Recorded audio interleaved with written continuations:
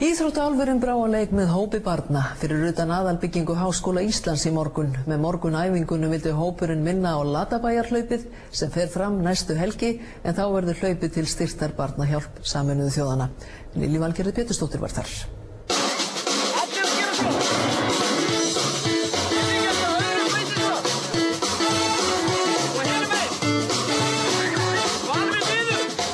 Á sama tíma og Reykjavíkur maraþon Glitnis við fram næsta laugardag fyrir Latabæjarhlaupið fram.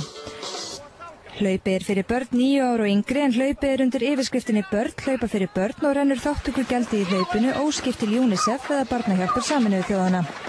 Íþróttaálfurinn hitaði ásamt nokkrum börnum upp fyrir hlaupið í morgun á túninu fyrir utan aðalbyggingu Háskóla Íslands. Íþróttaálfurinn var líkt og venjulega hins sprækasti og kendi hann börnunum upphitunar og teygjuæfingar.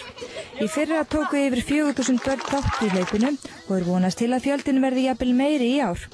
Fyrir hlaupið verður sýndur sérstakur Latabæjarþáttur þar sem félagar úr Latabæ stíga á stokk.